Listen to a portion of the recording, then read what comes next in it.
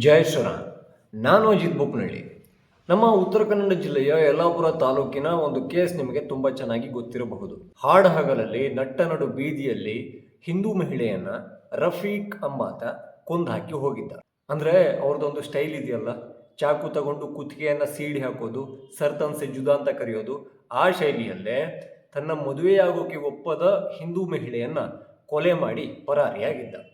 ಆ ಬಗ್ಗೆ ಎಲ್ಲ ಕಡೆ ತೀವ್ರವಾಗಿ ಖಂಡನೆ ವ್ಯಕ್ತವಾಯಿತು. ಹಾಗೆ ಕೊಲೆಗಾರನನ್ನ ಆದಷ್ಟು ಬೇಗ ಬಂಧಿಸಬೇಕು, ತಕ್ಕ ಶಿಕ್ಷೆ ಆಗಬೇಕು ಅಂತ ಪೊಲೀಸರಿಗೆ ಒತ್ತಡ ಬೀಳೋ ಒಂದು ಕೆಲಸ ಶುರುವಾಯಿತು. ಅಷ್ಟೇ ಅಲ್ಲ, ಜನವರಿ 4 ಈ ದಿನ ಭಾನುವಾರ ಯಲ್ಲಾಪುರ ಬಂದ್ಗೆ ಸಾಕಷ್ಟು ಸಂಘಟನೆಗಳು, ಪಕ್ಷಗಳು ಎಲ್ಲರೂ ಬಂದಿದ್ರು, ಬಂದ್ಗೆ ಕರೆಯನ್ನು ಕೊಟ್ಟಿದ್ರು. ಈ ದಿವಸ ಯಲ್ಲಾಪುರ ಬಂದ್ ಇನ್ನೇನು ಶುರು ಆಗಬೇಕು ಅನ್ನುವಾಗ ಇನ್ನೊಂದು ಸುದ್ದಿ ಬಂತು. ನೇಣು ಬಿಗಿದ ಸ್ಥಿತಿಯಲ್ಲಿ ಒಂದು ಕಾಡಿನಲ್ಲಿ ಅವನ ಶವ ಪತ್ತೆಯಾಗಿತ್ತು. ಈ ವಿಚಾರ ಯಾಕೆ ಹೇಳ್ತಾ ಇದ್ದೀನಿ ಅಂದರೆ, ಈಗ ಸಾಕಷ್ಟು ಜನ ಹೇಳ್ಬೋದು, ಅಬ್ಬಬ್ಬಾ ರಫೀಕಾ ಎಂಥ ಒಳ್ಳೆ ಕೆಲಸ ಮಾಡ್ದ, ಅಂದರೆ ಅವ್ನು ಮಾಡಿರೋ ತಪ್ಪಿಗೆ ಅವನೇ ಶಿಕ್ಷೆ ಕೊಡಿಸ್ಕೊಂಡ್ಬಿಟ್ಟ, ಎಂಥ ದೊಡ್ಡ ಮನಸ್ಸು ಬಂದು. ಈಗ ರಫೀಕನ ಒಂದು ಆತ್ಮಹತ್ಯೆಯಿಂದ ಏನೆಲ್ಲ ಲಾಭ ಆಯಿತು ಗೊತ್ತಾ? ಪೊಲೀಸರಿಗೆ ಕೊಲೆಗಾರನ ಹುಡುಕೋ ಕೆಲಸ ಉಳಿತು. ಸಾರ್ ಅಲ್ಲಿದ್ದಾನಂತೆ, ಸಾರ್ ಇಲ್ಲಿದ್ದಾನಂತೆ ಅಂತ ಫೋನ್ ಬಂದಾಗ ಇಲ್ಲಿ ಡೀಸೆಲ್ ಸುಟ್ಕೊಂಡು ಈ ಇಲಾಖೆಯ ಜೀಪನ್ನು ತಗೊಂಡು ಹೋಗೋದು ತಪ್ಪಿತು. ಮೇಲಾಧಿಕಾರಿಗಳಿಗೆ ಡೈಲಿ ರಿಪೋರ್ಟ್ ಕೊಡೋದು ತಪ್ಪಿತು. ಅಷ್ಟೇ ಅಲ್ಲ, ನಮ್ಮ ಹೋಮ್ ಮಿನಿಸ್ಟರ್ಗೂ ಕೂಡ ಈ ವಿಚಾರದ ಬಗ್ಗೆ ಗೊತ್ತಿಲ್ಲ ಅನ್ನೋ ಒಂದು ಸ್ಟೇಟ್ಮೆಂಟನ್ನು ಕೊಡುವ ಕೆಲಸ ಉಳಿತು. ಈ ಥರ ಕೂಡ ಚರ್ಚೆ ಆಗಬಹುದು ಅಂತ ಹೇಳ್ತಾ ಇದ್ದೀನಿ. ಯಾಕೆಂದರೆ ಸತ್ತವನು ಸ್ವಲ್ಪ ಸಂಖ್ಯಾತ ಸಮುದಾಯಕ್ಕೆ ಸೇರಿದವನಾಗಿರೋದ್ರಿಂದ ಅವರಿಗೆ ನಮ್ಮ ರಾಜಕೀಯವಾಗಿ ಆಗಿರ್ಬೋದು, ಸಾಮಾಜಿಕವಾಗಿ ಆಗಿರ್ಬೋದು, ಅವರಿಗೆ ಈ ಕನಿಕರ ಅನ್ನೋದು ಒಂದು ಮುಷ್ಟಿ ಹೆಚ್ಚಿಗೆನೇ ಸಿಗ್ತಾ ಇದೆ. ಯಾಕೆಂದರೆ ಸಾಕಷ್ಟು ಕೇಸುಗಳಲ್ಲಿ ನಾವು ಅದನ್ನು ನೋಡಿಬಿಟ್ಟಿದ್ದೀವಿ. ಈಗ ಈ ಕೇಸನ್ನು ಒಂದು 2 ನಿಮಿಷ ಸೈಡಿಗೆ ಇಡೋಣ, ಇನ್ನೊಂದು ಕೇಸ್ ಬಗ್ಗೆ ಮಾತಾಡೋಣ. ಅದೇ ಬಳ್ಳಾರಿಯ ಶೂಟೌಟ್ ಪ್ರಕರಣ. ಅಲ್ಲಿ ಬಳ್ಳಾರಿಯ ಶೂಟೌಟ್ ಪ್ರಕರಣ ಇಡೀ ರಾಜ್ಯಾದ್ಯಂತ, ದೇಶಾದ್ಯಂತ ಹಲ್ಚಲನ್ನು ಒಂದು ಸೃಷ್ಟಿ ಮಾಡಿತು. ತಣ್ಣಗಾಗಿದ್ದ ಬಳ್ಳಾರಿ ಈಗ ಮತ್ತೆ ಅಲ್ಲಿ ರಕ್ತ ಸಿಕ್ತ ರಾಜಕಾರಣವನ್ನು ನೋಡಬೇಕಾ ಅನ್ನೋ ಆತಂಕವನ್ನು ಹುಟ್ಟು ಹಾಕಿತ್ತು. ಕಾಂಗ್ರೆಸ್ ಕಾರ್ಯಕರ್ತ ಗುಂಡೇಟಿಗೆ ಬಲಿಯಾಗಿದ್ದ. ಅಂದ್ರೆ 2 ದೊಡ್ಡ ಗುಂಪು ಮಧ್ಯೆ ಗಲಾಟೆ ಆಗ್ತಾ ಇತ್ತು. ಯಾವನು ಫೈರಿಂಗ್ ಮಾಡಿದ್ದ, ಆ ಫೈರಿಂಗಿಗೆ ಕಾಂಗ್ರೆಸ್ಸಿನ ಕಾರ್ಯಕರ್ತ ಸತ್ತು ಬಿದ್ದಿದ್ದ. ಅದರ ತನಿಖೆಯು ಶುರುವಾಯಿತು.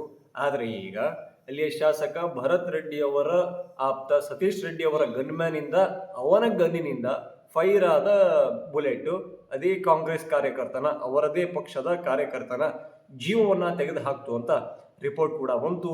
ಸುದ್ದಿ ವಾಹಿನಿಗಳಲ್ಲಿ ಆ ಸುದ್ದಿ ರಾರಾಜಿಸ್ತು. ಈ ಗ್ಯಾಪಲ್ಲಿ ಏನಾಯಿತು, ಕಾಂಗ್ರೆಸ್ ಕಾರ್ಯಕರ್ತರ ಮನೆಗೆ ಜಮೀರ್ ಅಹ್ಮದ್ ಖಾನ್ ಸೇರಿ ಅನೇಕರು ಭೇಟಿ ನೀಡಿದ್ರು. ಜಮೀರ್ ಖಾಲಿ ಕೈಯಲ್ಲಿ ಹೋಗಿರಲಿಲ್ಲ. ಹೋಗುವಾಗ ಒಂದು ಕವರನ್ನು ತಗೊಂಡು ಹೋಗಿದ್ರು.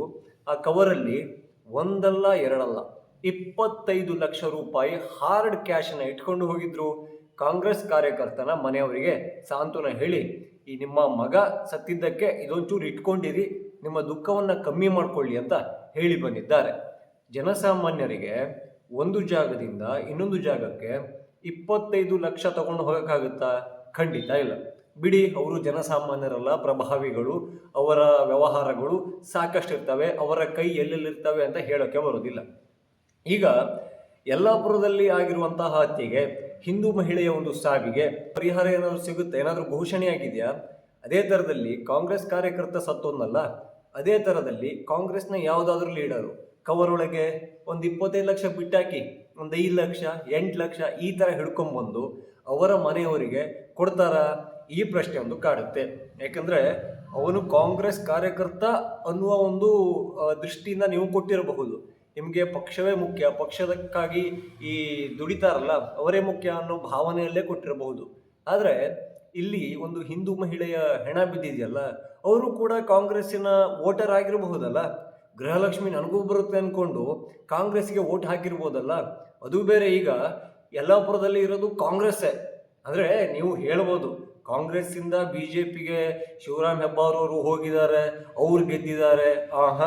ಅವ್ರದ್ದು ಈಗ ದೇಹ BJPಯಲ್ಲಿದೆ, ಮನಸ್ಸು ಎಲ್ಲವೂ ಕೂಡ ಕಾಂಗ್ರೆಸ್ಸಲ್ಲೇ ಇದೆ. ಇದು ಸಾಕಷ್ಟು ಬಾರಿ ಪ್ರೂವ್ ಆಗಿದೆ. ಅಷ್ಟೇ ಅಲ್ಲದೆ ಅವರ ಉಚ್ಚಾಟನೆಗೂ ಕಾರಣವಾಗಿದೆ. ಹಾಗಾಗಿ ಅಲ್ಲಿ ಅವರು ಅಫಿಷಿಯಲ್ ಆಗಿ ಕಾಂಗ್ರೆಸ್ಸಿಗೆ ವೋಟ್ ಹಾಕಿದ್ರು ಕೂಡ ಕಾಂಗ್ರೆಸ್ ಮತದಾರನೇ ಆಗಿರ್ತಾರೆ, ಅಥವಾ ಶಿವರಾಮ್ ಹೆಬ್ಬಾರ್ಗೆ ವೋಟ್ ಹಾಕಿದ್ರು ಕೂಡ ನಿಮ್ಮ ಕಡೆಯವರೇ ಆಗಿರ್ತಾರೆ. ಈ ವಿಚಾರವನ್ನ ಜಮೀರ್ ಅಹ್ಮದ್ ಅವರು ಗಂಭೀರವಾಗಿ ತಗೋಬೇಕು. ಹಿಂದೂ ಮಹಿಳೆಯ ಹತ್ಯೆ ಆಗಿದೆ, ನಿಮ್ಗೆ 2,000 ಬರ್ತಾ ಇಲ್ವಾ ಗೃಹಲಕ್ಷ್ಮಿ ಅಂತ ಕೇಳುವುದೂ ಇದೆ. ಅಂದ್ರೆ ಸಾಕಷ್ಟು ವಿಚಾರಕ್ಕೆ ಮಹಿಳೆಯರು ಏನಾದರೂ ಕೇಳಿದಾಗ ಅದಕ್ಕೆ ಆ 2,000ದ್ದೊಂದು ಈ ಉತ್ತರ ರೆಡಿ ಇರುತ್ತೆ. ಸೊ ಈಗ ಆ ವಿಚಾರವನ್ನು ಒಂಚೂರು ಮುಂದೆ ತರೋಣ. ರಫೀಕಾ ಈಗ ನೇಣು ಹಾಕೊಂಬಿಟ್ಟ, ಅವನಿಗೆ ಪಾಪ ಪ್ರಜ್ಞೆ ಕಾಡಿರಬಹುದು, ಅಥವಾ ಇನ್ನೊಂದು ಸಾಧ್ಯತೆ ಇದೆ, ಯಲ್ಲಾಪುರ ಬಂದ್ಗೆ ಇದೇ ಮುಸ್ಲಿಂ ಸಮುದಾಯ ಕೂಡ ಬೆಂಬಲವನ್ನ ಸೂಚಿಸಿತ್ತು, ಆತನ ಕೃತ್ಯವನ್ನ ಓಪನ್ ಆಗಿಯೇ ಖಂಡನೆ ಮಾಡಿತ್ತು. ಇದು ಕೂಡ ಅವನ ಭಯಕ್ಕೆ ಕಾರಣ ಆಗಿರಬಹುದು. ಇಲ್ಲಾಂದಿದ್ರೆ ತಲೆ ಮರೆಸ್ಕೊಂಡವನು ಸತ್ತೋಗ್ತಿದ್ನ ಅನ್ನೋ ಪ್ರಶ್ನೆ ಬಂದೇ ಬರುತ್ತೆ. ಅಲ್ಲ, ಕಾಂಗ್ರೆಸ್ ಕಡೆಯಿಂದ ಈ ಹೆಣ್ಮಕ್ಕಳಿಗೆ ನ್ಯಾಯವನ್ನು ನಾವು ನಿರೀಕ್ಷೆ ಮಾಡೋದೇ ತಪ್ಪಾಗುತ್ತೆ. ಯಾಕೆಂದ್ರೆ ಯಲ್ಲಾಪುರದಲ್ಲಿ ಹತ್ಯೆಗೀಡಾದ ಹಿಂದೂ ಮಹಿಳೆ ಒಬ್ಬ ಸಾಮಾನ್ಯದಳು ಅಷ್ಟೇ. ಇದೇ ಹುಬ್ಬಳ್ಳಿಯಲ್ಲಿ ಕಾಂಗ್ರೆಸ್ನ ಕಾರ್ಪೊರೇಟರ್ ಆಗಿದ್ದ ಮಗಳು ನೇಹಾ ಹಿರೇಮಠ್ ಕೊಲೆಯಾದಾಗ, ಇದೇ ಓಪನ್ ಆಗಿ ಕ್ಯಾಂಪಸ್ಸಲ್ಲಿ ಹತ್ಯೆನ ಮಾಡಲಾದಾಗ ಕಾಂಗ್ರೆಸ್ ಏನೆಲ್ಲ ಹೇಳಿಕೆ ಕೊಟ್ಟಿತ್ತು? ತನಿಖೆನೇ ಆಗಿಲ್ಲ, ಅದರ ವರದಿನೇ ಬಂದಿಲ್ಲ. ಅದ್ರ ಒಳಗೇನೆ ನಮ್ಮ ಜಿ ಪರಮೇಶ್ವರ್ ಅವರು ಹೇಳಿದ್ರು ಅವರಿಗಿಬ್ರಿಗೂ ಏನೋ ಅಫೇರ್ ಇತ್ತಂತೆ, ಅದಿತ್ತಂತೆ, ಇದಿತ್ತಂತೆ ಅಂತ. ನನಗೆ ಒಂದು ಪ್ರಶ್ನೆ ಬರೋದು, ಅಫೇರ್ ಇತ್ತೋ, ಪ್ರೀತಿ ಇತ್ತೋ, ಮದುವೆನೇ ಆಗಿದ್ರು, ಅದೆಲ್ಲವೂ ಕೂಡ ಕೊಲೆ ಮಾಡೋಕ್ಕೆ ಒಂದು ಕಾರಣ ಆಗುತ್ತಾ? ಹಾಗಿದ್ಬಿಟ್ರೆ ಯಾರು ಬೇಕಾದ್ರೂ ಕೊಲೆ ಮಾಡ್ಬೋದಾ? ಇಲ್ಲ, ನಾವು ಅವರು ಸ್ವಲ್ಪ ದಿವಸದಿಂದ ಡೇಟಿಂಗ್ ಮಾಡ್ತಾ ಇದ್ವಿ, ಮದುವೆಗೆ ಒಪ್ಪಲಿಲ್ಲ ಅಂತ ನನಗೆ ಕೋಪ ಬಂತು, ಹಾಗಾಗಿ ಈ ತರಕಾರಿ ಕಟ್ ಮಾಡೋ ಚಾಕುನ ತಗೊಂಡ್ಬಂದು ಆಕೆ ಕುತ್ತಿಗೆಯನ್ನ ಸೀಳಿಬಿಟ್ಟೆ ಅನ್ನೋದು ಅದಕ್ಕೆ ಒಂದು ಸಬೂಬಾಗುತ್ತಾ?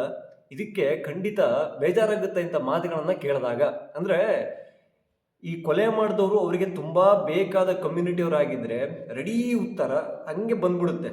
ಆದರೆ ಬೇರೆಯವರಾಗಿದ್ರೆ ತನಿಖೆ ಹಂತದಲ್ಲಿದೆ, ವಿಚಾರಣೆ ಆಗಬೇಕಿದೆ, ವರದಿ ಬರಬೇಕಿದೆ, ಈ ಥರ ಉತ್ತರಗಳು ಬರುತ್ತೆ. ಸೊ ಹಾಗಾಗಿ ನಾವು ಪದೇ ಪದೇ ಹೇಳ್ತಾ ಇರ್ತೀವಿ, ಕಾಂಗ್ರೆಸ್ ಆಡಳಿತದಲ್ಲಿ ಈ ಕಾನೂನು ಸುವ್ಯವಸ್ಥೆ ಸಿಕ್ಕಾಪಟ್ಟೆ ಹಾಳಾಗಿದೆ ಅಂತ. ಅದು ಈಗ ನಮ್ಮ ಊರಿಗೂ ಬಂದಿದೆ, ನಾಳೆ ನಮ್ಮ ಮನೆಗೂ ಬರಬಹುದು. ಇದೆಲ್ಲ ಯೋಚನೆ ಯಾರು ಮಾಡಬೇಕಾಗುತ್ತೆ? ನಾವು ಹಾಗೂ ನೀವೇ. ಜೈ ಶ್ರೀರಾಮ್.